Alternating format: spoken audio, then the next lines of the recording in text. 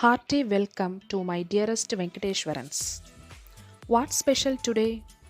As we are the science learners, we must know about the great scientist Charles Darwin.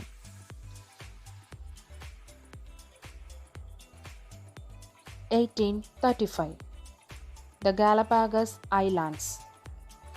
Young English naturalist Charles Darwin collects animal and plant specimens for study. His observations on these islands will be fundamental in formulating his theory, which many years later will be published in his great work on the origin of species.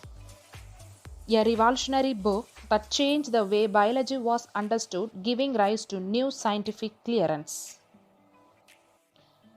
In this book, Darwin laid down the scientific principle that each species had not always been the way we know it today.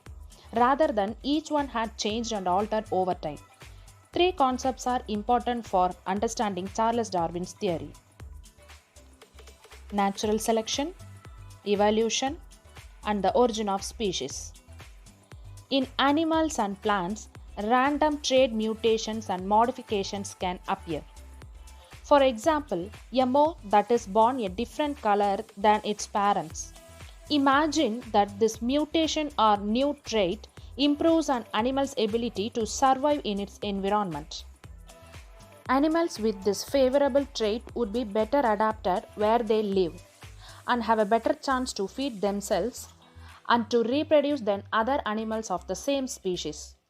Without that trait, the offspring of parents with favorable characteristics will normally inherit those same characteristics. So, generation after generation, a trait that was rare occurs more frequently, becoming the norm within the species. This process is called natural selection. With the passing of time, these favorable mutations accumulate when species change constantly, adapting to environment that never stops changing. Here is how the evolution of species takes place. Two groups of animals of the same species that adapt to two different environments over time can come to constitute different species.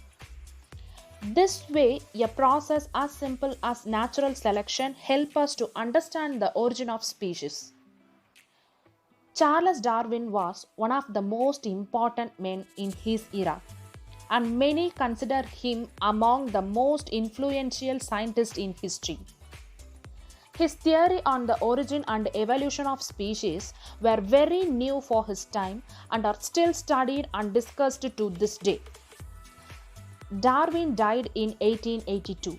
His legacy changed the thinking of an era and opened the door to the new way of understanding science, the world, and the role humans play on this planet. Our great scientist said, "Only the fittest will survive." This quote means a lot. Don't give up, make yourself fittest to survive. Thank you, students.